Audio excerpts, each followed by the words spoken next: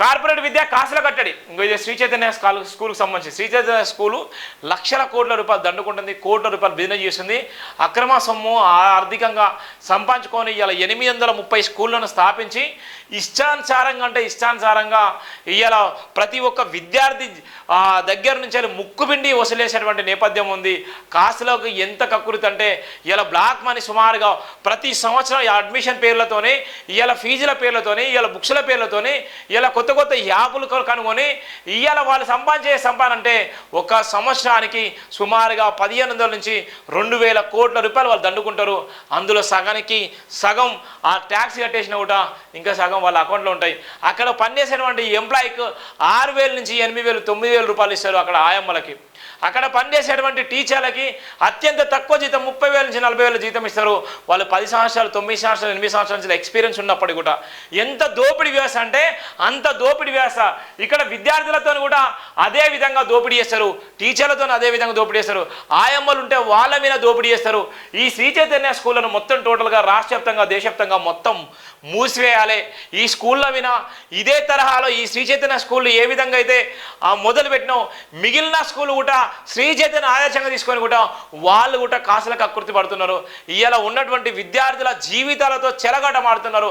ఇక్కడ ఉన్నటువంటి జైమిన్ దినపత్రికలు రాసినటువంటి వార్త ఆధారంగా రాష్ట్ర ప్రభుత్వం వెంటనే చర్యలు తీసుకొని వాళ్ళ మీద డబ్బులకు అమ్ముడుపోకుండా చట్టపరమైన చర్యలు తీసుకొని ఎక్కడైతే అనుమతులు లేని స్కూళ్ళు ఉన్నాయో, ఎక్కడైతే నిజంగా గ్రౌండ్ లేకుండా ఉన్నాయో, ఎక్కడైతే నిజంగా ఏ అంబులెన్స్లో అక్కడ ఉన్నటువంటి ఫైర్ సేఫ్టీ తిరిగేటువంటి పరిస్థితి ఉందో ఆ లేనటువంటి ఆ స్కూళ్ళను వెంటనే మూసేయాలి. ఇలా ఇష్టానుసారంగా ఫీజులు దోపిడీ చేసేటువంటి స్కూళ్ళను కూడా నజారే వేసి ఇలా పేద బడుగు బలైన వర్గాలు చదువుకున్నటువంటి విద్యార్థులకు న్యాయం చేయాలని ప్రభుత్వాన్ని డిమాండ్ చేసిన నేపథ్యం ఉంది. కార్పొరేట్ విద్య కాసుల కట్టడి చూడు ఎంత భయంకరంగా ఉందో. ఇది ఓన్లీ శ్రీ చైతన్య స్కూలే. ఈ స్కూల్ లాగానే అన్ని స్కూళ్ళు ఇదే తరహాలో ఉన్నాయి.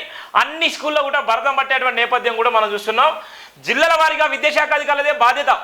యాదచ్చగా సాగుతున్న ప్రైవేట్ విద్యా వ్యాపారం, శ్రీ చైతన్య ప్రైవేట్ విద్యా వ్యాపారం ఎవరి కనుసంధానంలో జరుగుతుంది? డిఈఓ, డిప్యూటీ డిఈఓ, ఎంఈఓలు బాధ్యతలు మరుస్తున్నారా? పుస్తకాల అమ్ముడు నుండి ఫీజుల వసూల వరకు భలే గిరాకీ. ప్రైవేట్ విద్యారంగం ప్రభుత్వ విద్యారంగాన్ని పతనం చేస్తుంది. ప్రభుత్వ పెద్దలు హస్తముందంటూ శ్రీ చైతన్య యాజమాన్యం రుబాబు. ప్రైవేటు విద్యా దందాలు కట్టడి చేయకపోతే ప్రభుత్వానికి తీరని మచ్చ. ఫీజుల నియంత్రణ పక్కాగా అమలు పరచాలి. కార్పొరేట్ విద్యా దందాపై ప్రభుత్వం ముక్కుపాదం మోపాలి. అమ్ముడు పోయే విద్యాధికారులపై కఠినమైన చర్యలు తీసుకోవాలి. ప్రైవేట్ ఫీజుల దందా నియంత్రించాలి. బరిగల శివ ఇక్కడ మనం రాసిన సందర్భంలో ఎందుకోసం ఎంత భయంకరంగా అంటే ఇలా చాలా వరకు పేద పిల్లలు, ఇలా చాలా వరకు కూలి నాలు పని చేసుకునేటువంటి తల్లిదండ్రులు వాళ్ళ పిల్లల భవిష్యత్తు కోసం వాళ్ళ పిల్లలన్న మంచిగా చదువుకోవాలన్నటువంటి లక్ష్యంతో వాళ్ళు రెక్కడక డొక్కడక చాలా కష్టపడి తిండి తినక వాళ్ళు కాయ కష్టం చేసుకొని ఇవాళ ఉంటే ఇవాళ ఈ కార్పొరేట్ స్కూళ్ళు ఇవాళ వాళ్ళ దగ్గర ముక్కుపిండి డబ్బులు వసూలిస్తున్నారు. ఇవాళ రాష్ట్ర ప్రభుత్వం ఏం చేస్తుందంటే ఇవాళ డిప్యూటీ డిఈఓలు ఎంఈఓలు వాళ్ళు కనసాయిగల్లో ఉన్నటువంటి స్కూళ్ళు ఒక్కొక్కరికి లక్షల డబ్బులు ముట్టడి చెప్పడంతో వాళ్ళు మౌనంగా ఉన్నటువంటి నేపథ్యం ఉంది. ఇది ఉన్నటువంటి స్కూళ్ళ వ్యవహారం. రాష్ట్ర వ్యాప్తంగా ప్రైవేట్ విద్యా సంస్థల అధిక ఫీజుల దందాను నియంత్రించాలని జేబీ సంస్థల ఫౌండర్ చైర్మన్ బరిగల శివ ధ్వజమెత్తారు. రాష్ట్ర విద్యాశాఖలో ప్రైవేట్ విద్యా వ్యాపారానికి ప్రభుత్వ పెద్దల హస్తం ఉన్నందున కార్పొరేట్ విద్యా సంస్థల ఫీజులు దోపిడీ హావాగా కొనసాగుతుందని సామాన్య విద్యార్థుల తల్లిదండ్రులు ఆవేదన వ్యక్తం చేస్తున్నారు. పుస్తకాల కొనుగోలు మొదలుకొని ఆతిమోదిస్తారు. రూపంలో ఫీజులు వసూలు చేయడం శ్రీ చైతన్య లాంటి విద్యా సంస్థలకే సాధ్యమని మండిపడ్డారు. ప్రభుత్వ విద్య పేద ప్రజలకు సుభిక్షంగా చేరాలంటే శ్రీ చైతన్య లాంటి కార్పొరేట్ విద్యా సంస్థల దోపిడీ కట్టడియాల్సిందేనని స్పష్టం చేశారు. రాష్ట్రంలో లెక్కలేనన్ని ప్రైవేట్ విద్యా సంస్థలు పుట్టుకొస్తున్నాయని పేర్కొన్నారు. రాష్ట్ర వ్యాప్తంగా జిల్లా విద్యాశాఖ కార్యదర్శులు, మండల విద్యాశాఖ కార్యదర్శులు ప్రతి ఏటా ప్రభుత్వ విద్యా నియమ నిబంధనలు పక్కాగా అమలు పరిస్తే కార్పొరేట్ విద్యా దోపిడీ నియంత్రించవచ్చని సూచించారు. విద్యాశాఖ అధికారులు అమ్ముడుపోతున్నారని ప్రతి ఏటా రాష్ట్ర వ్యాప్తంగా అన్ని విద్యార్థి సంఘాల నాయకులు పెద్ద ఎత్తున ఉద్యమాలు నిర్వహిస్తుంటే ప్రభుత్వ విద్యను కాపాల్సిన విద్యాశాఖ అధికారులు ప్రైవేటు వ్యాపారులకు ఆసక్తి పరులై ప్రభుత్వ విద్య పతనం దిశగా పయనిస్తున్నప్పటికీ చాలా చోట్ల చూసి చూడలుగా మౌనవ్రతం వాయిస్తున్నారు. విద్యార్థి సంఘాలు తీవ్రంగా విమర్శిస్తున్నారు. తెలంగాణ రాష్ట్ర ప్రభుత్వం సీఎం రేవంత్ రెడ్డి నేతృత్వంలో నాణ్యమైన విద్యా సౌకర్యాలతో కూడిన వసతి ఉద్యోగ రూపకల్పన కల్పించడంలో ప్రత్యేక శ్రద్ధ చూపిస్తూ గ్రామస్థాయి విద్యార్థుల నుండి మొదలుకొని రాష్ట్ర స్థాయి విద్యార్థుల వరకు సకల సౌకర్యం కల్పించాలని పట్టుదలతో ముందుకు సాగుతుండగా ప్రైవేటు విద్యారంగ సంస్థ అధినేతలు విద్యా వ్యాపార దోపిడీ అలవాటు పడి ప్రభుత్వ నియమ నిబంధనలు కనీసం పట్టించుకోకుండా విద్యా వ్యాపారంతో చలమవుతూ ఉంటున్నారు.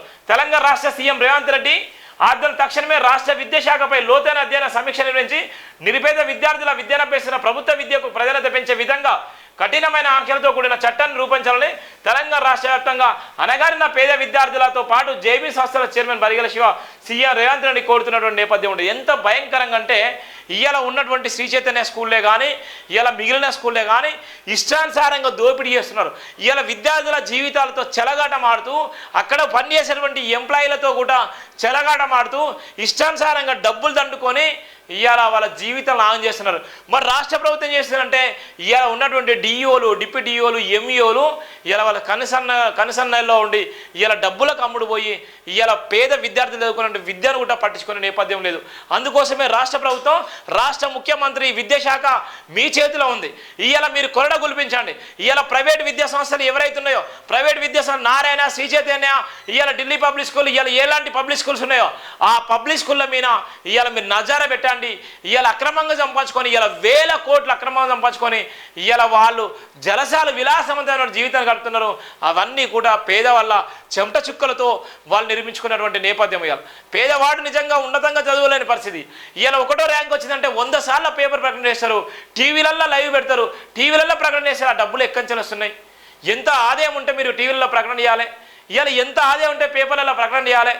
ఇవన్నీ మీకు అర్థం కావా? అందుకోసమే ఇవాళ కాసుల కట్టడి ఎంత భయంకరంగా ఉందో మనం చూస్తున్న శ్రీ చైతన్యలో జరిగేటువంటి ప్రతిదీ కూడా ఓ భయంకర దోపిడీ.